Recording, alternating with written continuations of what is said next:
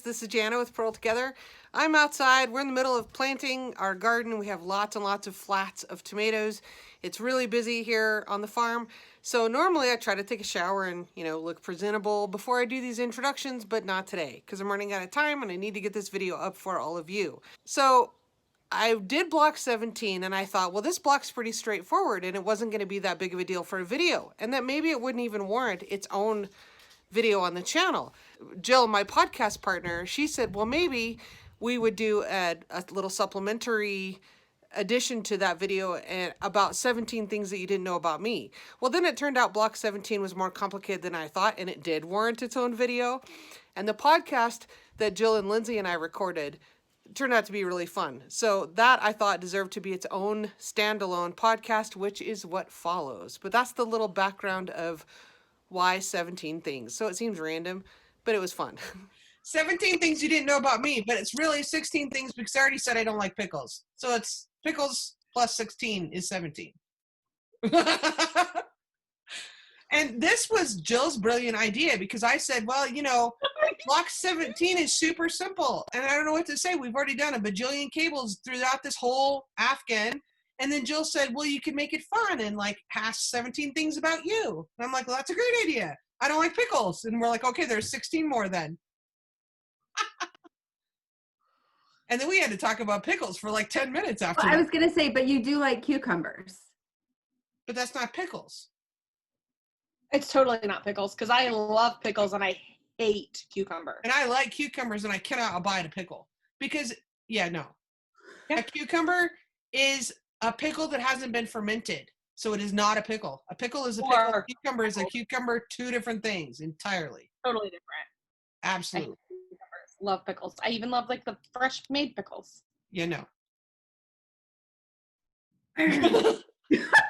like them both. So I like cucumbers and I like pickles. Okay, so the first thing is I don't like pickles at all. Okay, so we have established that. Dill pickles, pickled sunflower seeds that taste like pickles. No, none of that. So what about pickled asparagus? Or... Nope. Dilly beans? Nope. None of it. I'm sorry. Jelly beans? No, dilly beans. How can you not know what dilly beans are? Aren't you from the Midwest? Yeah. Okay, people, leave a comment down below if you truly don't know what a dilly bean is until now. A dilly bean is. Leave a comment if you really didn't know. A dilly bean is a green bean that is pickled with dill like a dill pickle. So it's a dilly bean. A pickled green bean. Wow. I like fried green beans. I like fried pickles.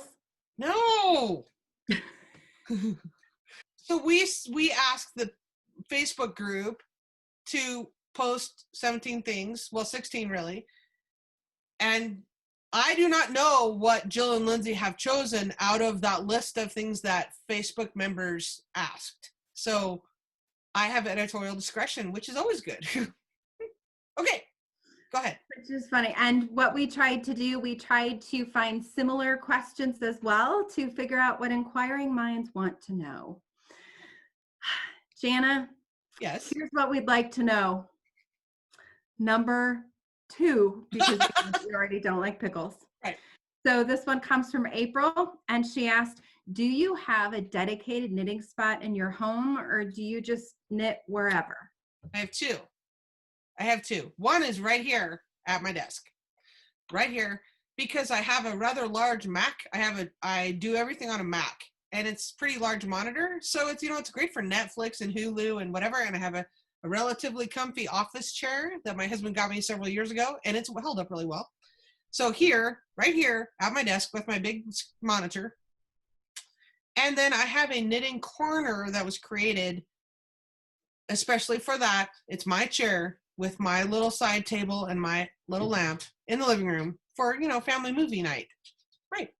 So 2. But of course I'm known to knit anywhere. I'll knit anywhere. Yeah. Okay. Okay. Question number 3. Sally asked, what is your most treasured knitted object of all time? Oh, man. most treasured that I've made or someone else has made? I mean, you can answer either or.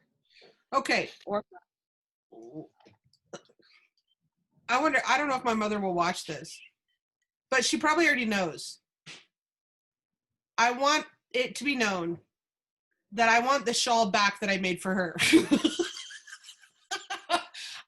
Maybe it could be in her will, because I was super proud of that, and it was difficult for me. I was just learning to knit lace, and it was difficult for me at the time. If I looked back and tried to knit now, I'd probably be like, okay, not a big deal.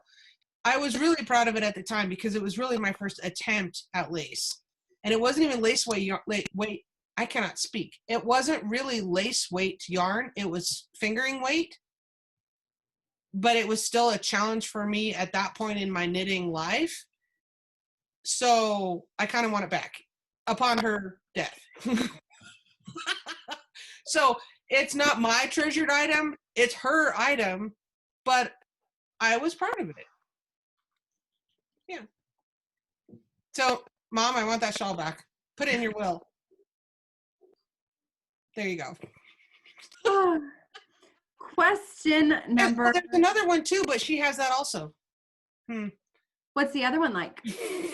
The other one is it's called the Hemlock Ring Blanket by Jared Flood, and it's based on a doily pattern. And I had just learned to spin with a drop spindle, and I spun the wool and then knitted the ring blanket, and I gave it to my mom for Mother's Day. So I'd like that back too. Man, I just gave my mom a headband. Jill, It had a cable in it. Oh, that's funny. Okay, now I'm having a hot flash. that is funny. Okay.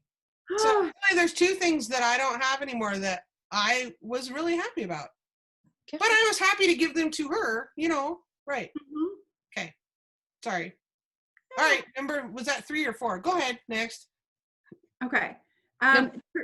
Therese has asked, when did you learn to knit, and did you take any master classes, or was it OJT? On the job training. I know what that means. You got to that a lot quicker than I did. We had to figure it out. We're going OJT, OJT. No, yeah. So we thought we'd make you figure that out too, but I knew what it meant. yeah. Okay.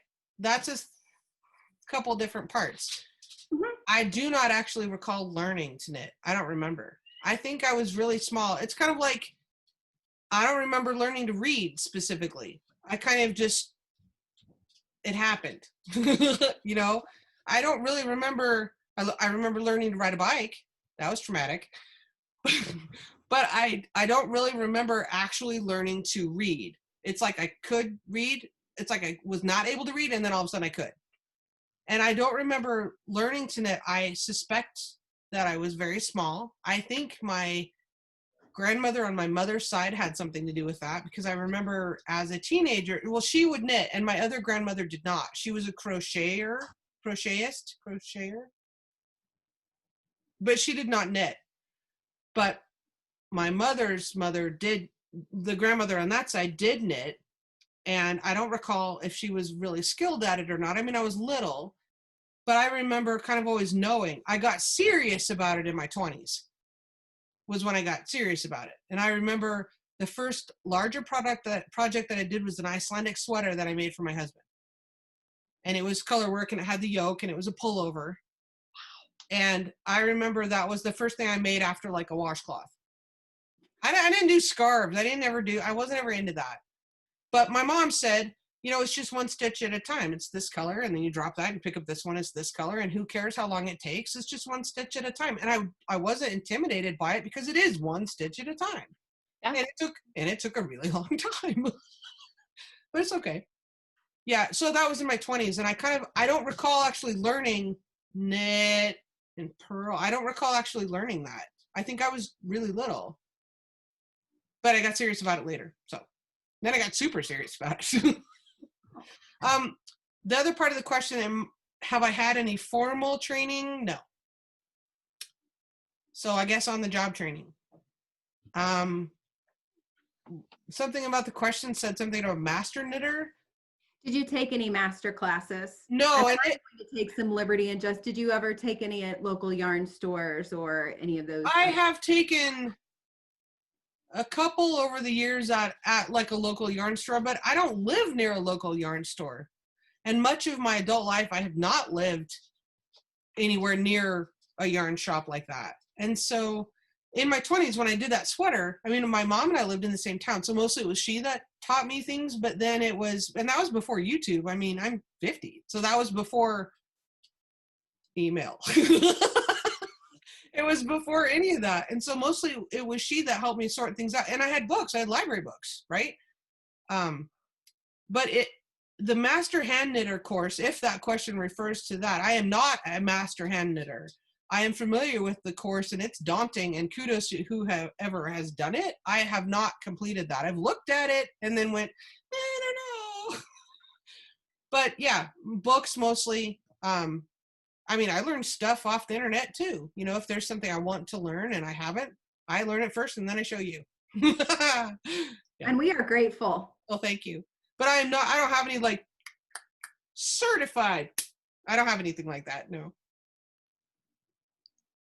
Okay. The next question, number 5, from Kelly Ann. What was your least favorite knitting project? When? Ever. Oh, I've had many. Most of it doesn't last long. Because if I'm just thoroughly disgusted, I'm like, done. Yeah. There are some things I just truly have decided, you know what, I don't need to persevere with that. Knitting is supposed to be enjoyable. Right. I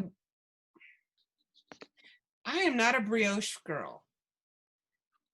I like the way it feels. I like that it's squishy. I like that it's, you know, I like that. I don't really enjoy the making of it. Some people are totally into it and that's fantastic. I just would prefer good cable. I don't know. Yeah. I don't really like brioche. I'll do it, but I didn't really love it. It was kind of maddening and it kicked my ass, truthfully. But I admitted that on the channel. I'm like, oh, okay, I'm showing you how to fix this because I have a problem. It was difficult for me. It was. And I conquered it, but I don't really feel the need to revisit all that. Yeah. Our next question is from Mozelle, and I hope that I pronounced that right. What is the favorite hand knit that you've made for yourself, that you've made and kept?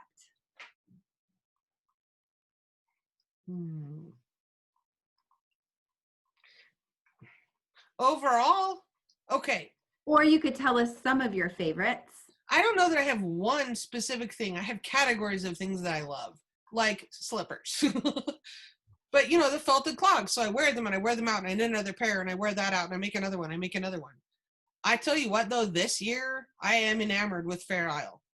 Really. So we did the Harriet's hat knit along and I loved that. And I've done some color work before. Like I mentioned that Icelandic sweater many years ago. I've done some color work before.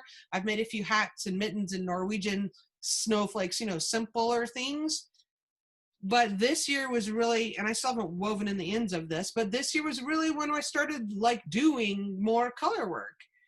And I really like that. And I want to make a cardigan that's all over Fair Isle. I don't just mean the yoke, but I mean the all over, like in the Marie Wallin style. If you haven't seen Marie Wallin, WALLIN.com. Amazing. Right. But it's a lot of time. And I only have, 47 other things to do. And 14 more questions. No. Right. So I think my favorite things to knit right now in this season of my life are Fair Isle, socks, always socks, of course. But, I'm really digging, I don't know, there's a lot, I just like a lot of things. And in a way, I guess I feel like I'm fortunate in that way because I don't get bored. I don't run out of things that I like, I like a good wrap. And now I'm loving this cardigan. But it depends on what I'm in the mood for. That's why I have several things going at once, Yeah. That's not a really good answer, but it's what I got. That was a very good answer. Okay. Yes.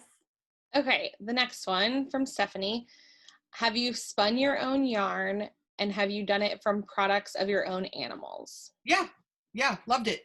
So I mentioned that blanket that I made for my mom. That was from a fleece that was from a sheep that she had, and so that's why it was also special. Was because it had a name. Mm-hmm. But, you know, it was from her sheep.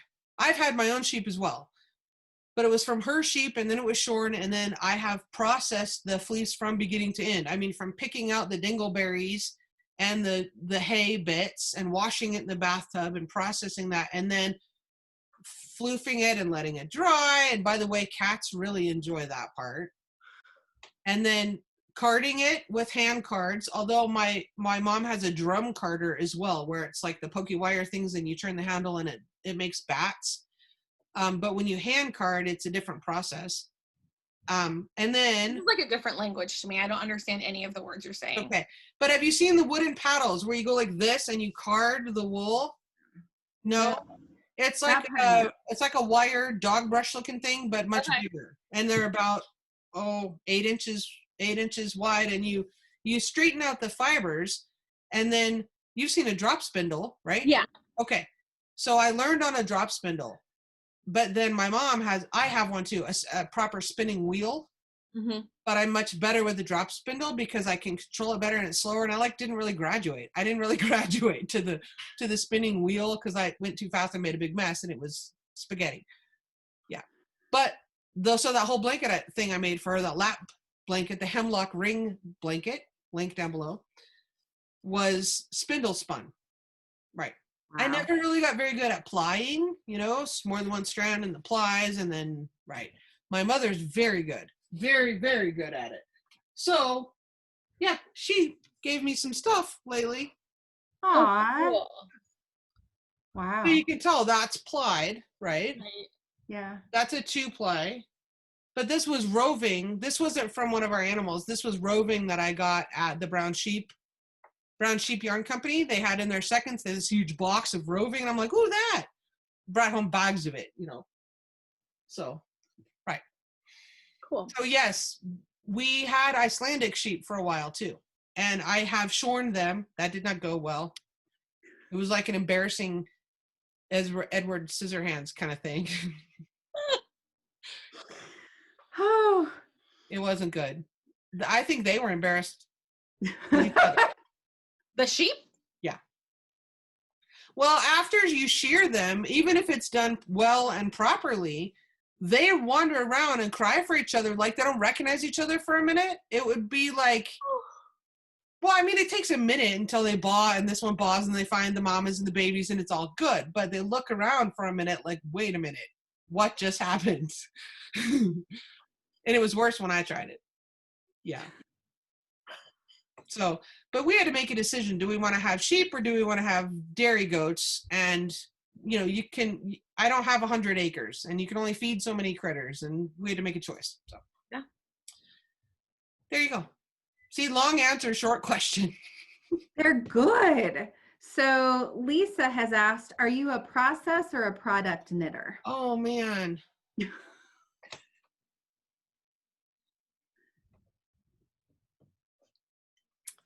That's hard. I would have to say, I know this, I don't mean for this to be a cop-out, but I'd have to say both, and here's why. Because sometimes I want something that's just straight up easy, that I can watch a movie and it's meditative and you have that tactile meditation kind of thing, or I want to just make a vanilla sock because it's comforting and I want the socks, or I need the socks. I still have this yarn sitting back here I just am going to make a straight up vanilla sock and it's sport weight and it's big and I just want it to be boot socks for this winter. It's not going to be fancy. And I like that because it's movie knitting and it feels nice, right? On the other hand, I like a good challenge. So, yeah, but I want the hat too. And I'm so happy when it's done, but I enjoy the doing of it because I'm like, oh, it's so fun to see it evolve and to see the colors stack up, right? And cables. I love cables so much. And I think it's because I really like Celtic knotwork. Right. I really have an affinity for that and I really enjoy that. And recreating that tactily is fantastic. But I like the thing. When it's done, I want to wear the thing. So both. Yeah. I don't know. What do you think? What do you? Or I mean, I know these are supposed to be my questions, but so what? It's a podcast. Oh, so Lindsay, do you think you're one or the other? Are you product or process?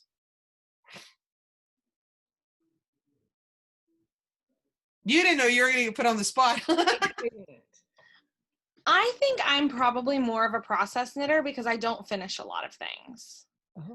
Oh, well, I don't either. Well, but I mean, like, I will a lot of times pick up and start something specifically to learn like a design element that I'm going to use another time in another project.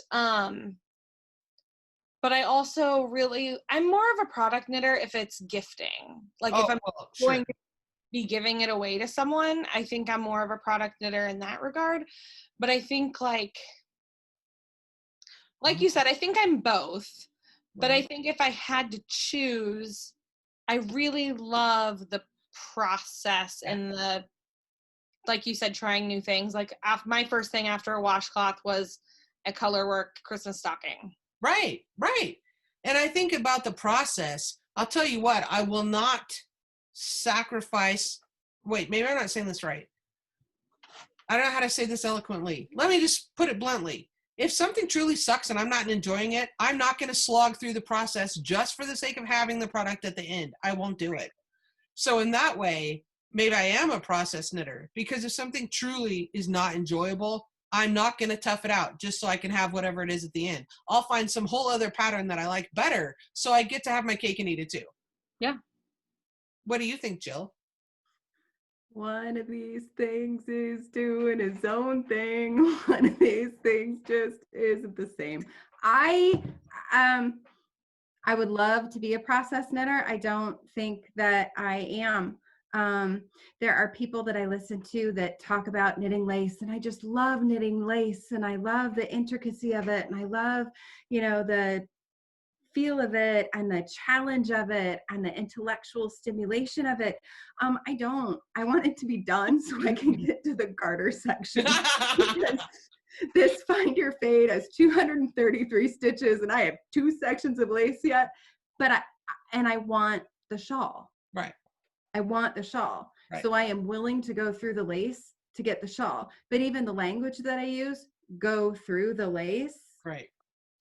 To get to the shawl. But that's a section of an overall pattern, and you are enjoying at least 50% of it, because it is the rest of it's garter stitch, and that's fun.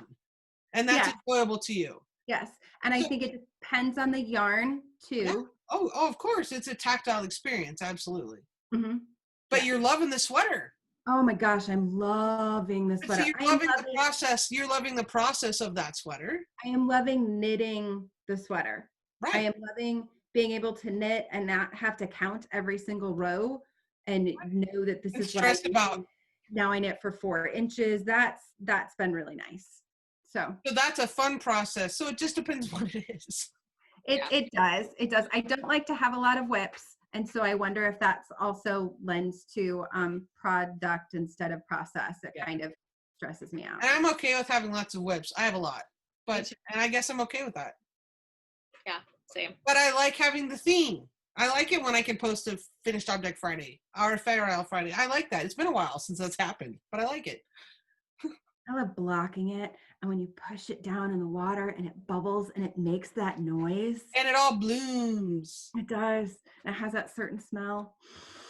That's the sheepy smell. Well, sort of. That's commercial sheepy smell. That's not real sheep smell. No. Anyway, where are we at? Okay. Question 9.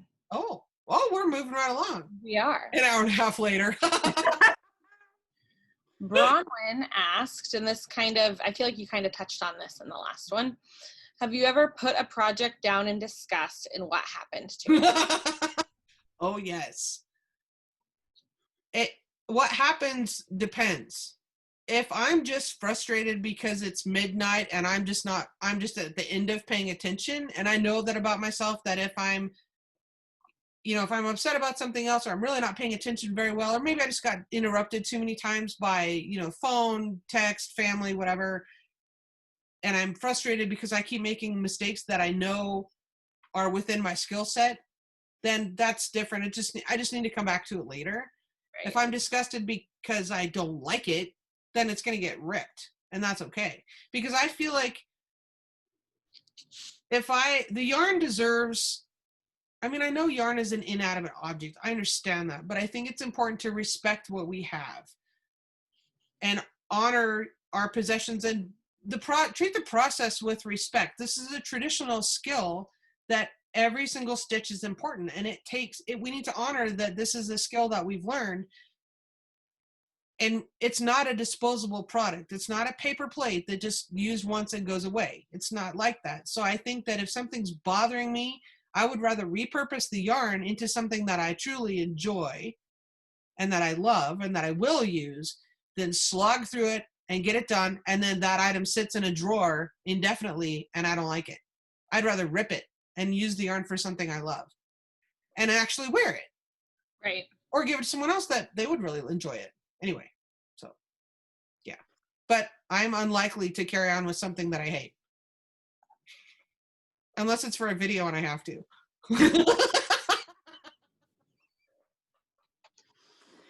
Oh, number 10.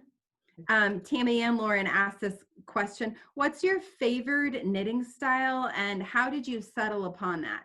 And we realize this might be subjective too, but. Yeah, I tell you, you settle on what you learn first, usually. Usually, that's not always true. So I'm a thrower, I'm an English knitter because that's what I learned, because that's what my mother and my grandmother did. And that's all I thought there was until I was like probably in my late 20s and was like, oh wow, there's more than one way to knit. Woo! But I have changed it and adapted it over time. And I've talked about this video before. Mina from the Expat podcast, the Knitting Expat. Yep. The Knitting Expat? Yep.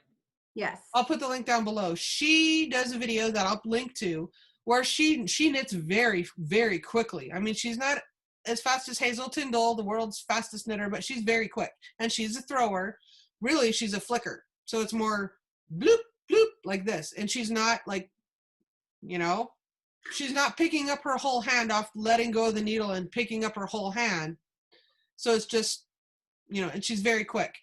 I have learned over the years, it's an ongoing journey. I'm minimizing the motions, so that it's more ergonomic. Carson Demers' book about knitting comfortably. Is that the name of it? Yes. I'll find it, put it down below. Yeah. I think that's important if you're going to knit a lot. I have wanted to learn various styles, like Stephanie Pearl McPhee. She calls it the Irish cottage knitting. Some people call it lever knitting. And that's more of instead of small muscles, it's like this, like being the shuttle on the sewing machine. You can look up her stuff.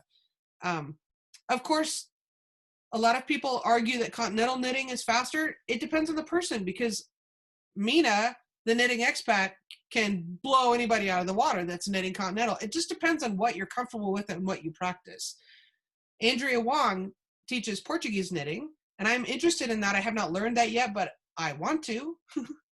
And I think that's really interesting as well. There's lots of knitting styles from different countries that are fascinating. I learned English, and it seems like every time I try to learn something, I can knit continental. I am capable of it, and I do with color work. I can knit with both colors in both hands. Am I proficient? Barely, but I'm not fast at all. I can do it. I just haven't practiced enough to feel fast or comfortable. I think you do what what you learned until you really make an effort to force yourself to change. But there's still that muscle memory, and I've been knitting a long time. Really hard to change. Really hard. It'd be like trying to teach yourself to eat left-handed. If you're right-handed and you always have your fork in your right hand, and then all of a sudden you decide, oh, I'm going to eat left-handed. It's awkward. You can do it, but it's awkward. Linda asks, have you ever lost your knitting mojo? If so, how did you get it back? Well, that's probably why I have way too many whips. But like overall, I don't think No, I know. I'm just being sarcastic. I know. No, I know, but I'm just I sometimes lose my mojo on one project, but I don't know that I've ever like. I went through a time when I didn't knit as much, but I think it's because my kids were babies and I just didn't have the time, or I didn't create the time. But I think when I feel like I'm in a slump and I feel like my mojo, I go back to what I know, and for me that is socks. I knit. What I might do is dig through the mess. This is not all of it. There is lots more. I will dig through the mess and I'll find something that, oh, I forgot I had that. And oh, I remember that one. And I'll kind of just sit with that for a bit and surf through some patterns. Or if I don't want to go pattern searching because all that's too hard and I'm too indecisive and I'm an overthinker, and then I don't know what to use this yarn for, then I'll go back to socks every time.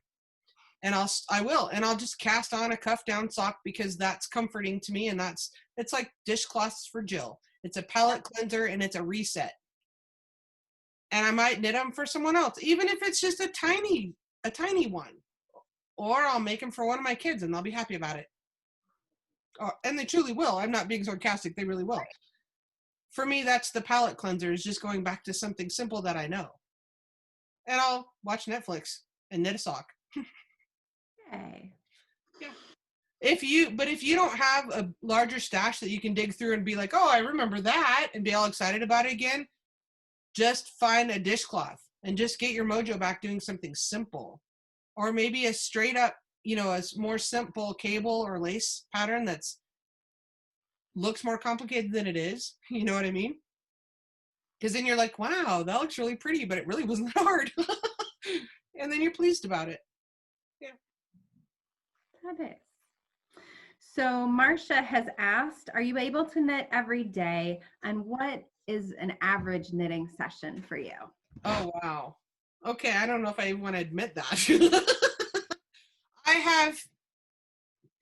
I'm fortunate enough to work at home with all of my endeavors. So I have several businesses. I mean, this is one, but there are several others in addition to the farm. So I'm fortunate enough to be able to structure that so that I can make my own schedule throughout the day, right? And I say that I'm fortunate, but that's true, but it's been a choice, and it's been sometimes an economically difficult choice, just because nobody makes money on YouTube, right? Right. I mean, I've been doing this 2-3 years now, and it's every week in and out and in and out, and it doesn't pay the bills. I mean, anybody that thinks that's up in the night. That's phrase, up in the night? I've never heard that. Really? Wow. Dilly beans and everything, you guys. Okay, my grandma used to say that. It's an older generation. Oh, you must have been up in the night. Like, you're crazy. Like, that's ridiculous. You've never heard that? My grandpa says moving out of at night. Like, if someone is crazy, like, oh, he's moving out of at night. I never heard that. Or like if he sees someone with like a big truck full of stuff on the highway, oh, moving out of a night. Well, that's like Jed Clampett kind of stuff. Anyway, so I think that, yes, I knit every day because I've made it so that I could. Yeah. And, and that has its trade-offs. I could go work in town and, maybe do things that are more income producing, but not as enjoyable for me, or not what I'm passionate about. And so, yes, I knit every day, except for when I'm backpacking, then no, because it's dirty and it's too heavy and I'm not carrying extra stuff. So the last summer was the only time I did not knit every day. And that's because I was in the wilderness, literally. I thought about it though. Thought about my shoelaces. What can I do? It's funny. Yeah. But I absolutely knit every day, and I get a little twitchy if I don't. Like, I cannot sit and watch a movie I can't do it. And I'm like, okay, you guys pause it or don't, but I'll be right back. If I'm done eating dinner and we're watching a family show, I have to go get my knitting if I forgot to bring it with the dinner. Yeah. Yep. I can't just sit there. In fact, it's freaking me out right now, but I have something I have to look at, so I'm gesturing a lot because I'm not knitting. So yes, I knit every day. I had average knitting session. I wouldn't say there is an average, because I might get up and I might be like, oh, I'm just going to knit a couple of rows while I have my coffee, then I'm going to go do chores. So maybe on the current cardigan, it's like, for mine, it's 190 stitches. So I'm like, all right, I'll just go down and back one time. Then I'll put down my coffee and go do chores. Then I come back. Maybe I'm on the phone with somebody, I'm knitting on the phone. Yeah. And then I put it down.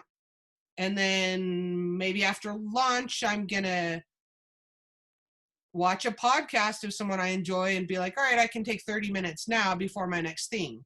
So it's here and there, but in the evening, which is my big knitting time, it's probably 2 or 3 hours a day. Yeah. At least. Okay. I should be sleeping I sometimes. wish I knit for 2 or 3 hours a day. But again, sometimes I should be sleeping, and that's a choice. So. Question 13.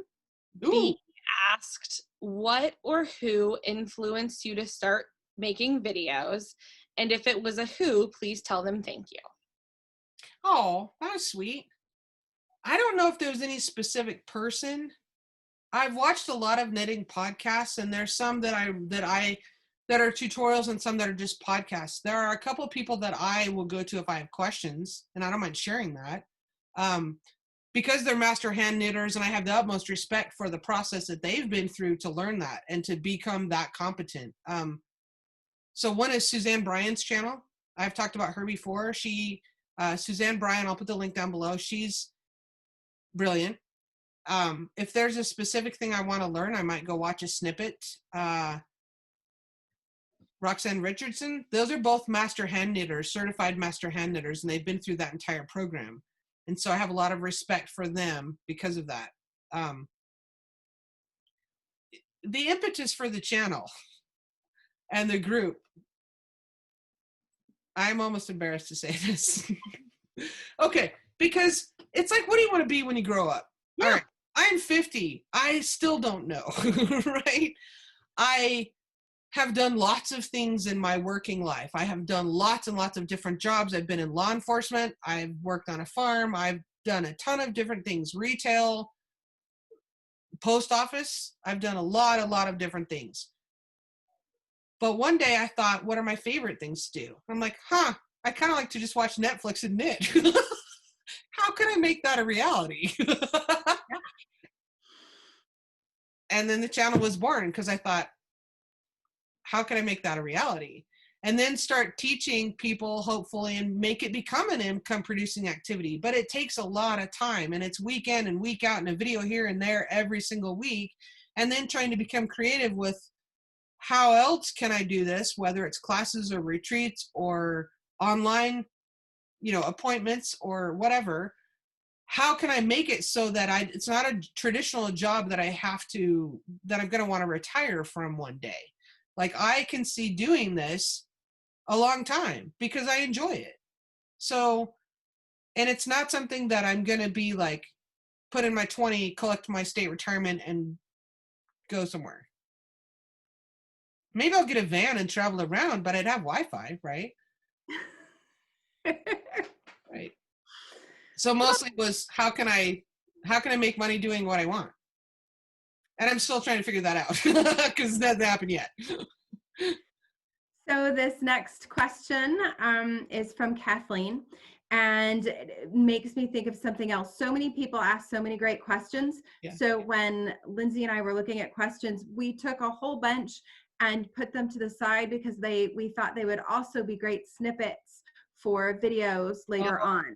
For and topics, okay. Very specific knitting questions too that are in that piece. So Kathleen asked a very specific one, and we made it a little bit more general. And if you could tell us about a favorite knitting memory. Oh, I kind of already did. Okay. So when I made that Icelandic sweater, that's one of the first bigger things I remember knitting. Well, there's two. Okay, there's two things. And I was both in my 20s because I don't remember learning to knit. I said that. But before the sweater, was it before? No, it was after the sweater. Okay, I was working in a retail store on the Oregon coast, and it was very, very slow. It was a really slow season. It's very rainy in Oregon in February. The touristy season's in the summer, right? So I was sitting there and like, nobody's coming in the shop. No one's coming in the shop. And it's like, I'm just waiting for it to be 5 o'clock so I can close and go home. Right. But that's when I was knitting on this sweater that was 1 stitch at a time. But I remember that winter, and we were pretty newly married. Well, I think we'd only been married 4 or 5 years. And of course, I'm like, gonna make my husband a sweater, an Icelandic sweater at that. So I remember sitting there the whole winter just watching it rain in this store, and no one was coming in, and I just knitted that whole sweater in the store in the rain that winter.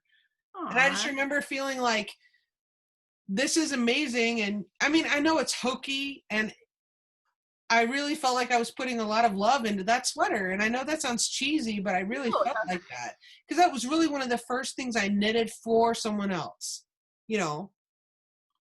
Knitworthy. Yes. And then the second thing was, it was magical. The first sock I made, and I turned the heel, it was like magic. It was. And I still feel that way. But I remember the first time I did it, I knitted it with crappy acrylic yarn. I think the yarn color was called Blueberry, and it was more of a worsted weight. And it was, cast on 48 stitches. I have giant feet, so I could manage that because it wasn't, 80 stitches.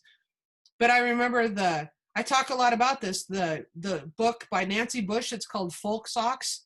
Mm-hmm. And what I have here is an old version. Like, the cover looks different now. If you go to Amazon and look, the cover looks different. It's been updated.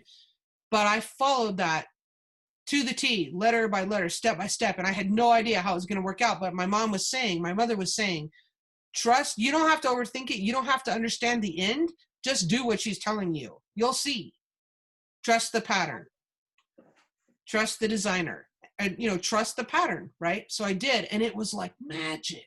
I was like, oh, when you turned it, it went a different direction. I was just fascinated by that. And of course, now I'm like, well, of course it makes logical sense. But I still feel that. I still have that sense of wonder every time I do it. I love turning the heel. Aw.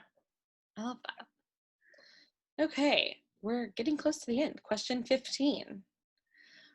Corrine asked, what is your average number of whips?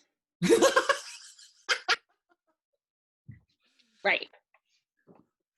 Okay. Average. How about I just tell you what I can count in front of me? Okay.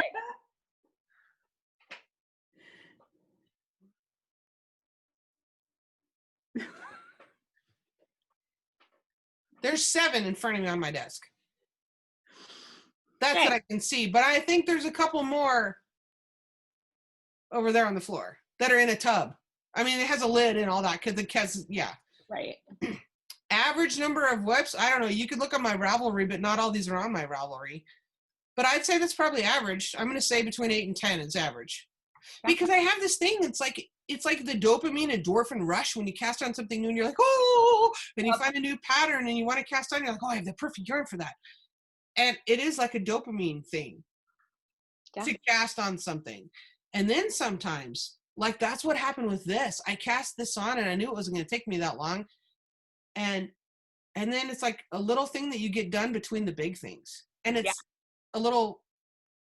it's almost like being a drug addict. I guess it's a little hit, but you have to get back to the real work. But it is kind of a thrill to cast on something new and you finish this little project because you still have this giant project and you got to have a little satisfaction along the way. I don't know. Average, I'm going to say 8 to 10. Okay. So second to last, which I thought was last, which is not. Actually, this is kind of fantastic because you've talked about it a lot. So Terry would like to know, how many pairs of knitted socks have you made? Oh, I have no idea. I honestly have no idea because, well, here's why. I remember the first one, and then I made several for my husband and I, in the early years. This was before kids because we were married quite a long time before we had kids. And then, of course, when your kids are little, you're cranking out the socks because they're babies and they don't take very long and they're like this big, right? And then they're growing, so then the older one would hand me down to the younger one, and then it finally gets holes or you pass it on to someone else. And all the time I'm making socks for me and my husband at the same time. I have no idea because they're certainly not all on Ravelry. I mean, some of that was before Ravelry existed. I don't know. I never tried to, I don't know. And the thing is the whole knitting journal thing now, I wish I would have kept that back then so I would know, but I have no idea. A lot. A lot, because there's always been a lot for other people for gifts. Well, Yeah. I don't do a lot of socks for gifts unless I was it's gonna say, you have to love somebody an awful lot to gift them. well, or you have to know like Their have feet. their outline of their foot and their measurements and all that, you know. Yeah. A lot. Sorry, Terry, I don't know. A lot. So the last question, so bookending it, we started with you don't like pickles. So question 17, what is your favorite food?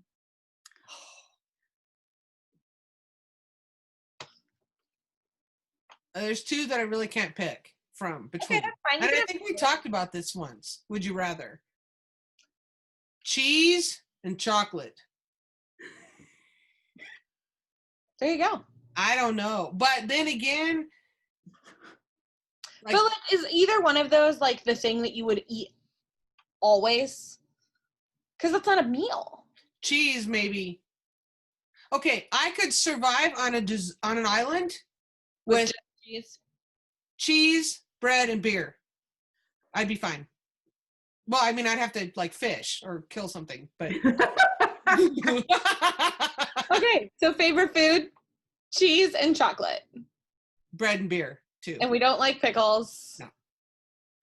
So we should say thank you to you for letting us put Indulging your that question. out there to our patrons and the folks in the group. And thank you for thinking about that. And we had so much So fun. much fun. It was fun. It was fun. Now I want to do a 17 things about Jill and Lindsay.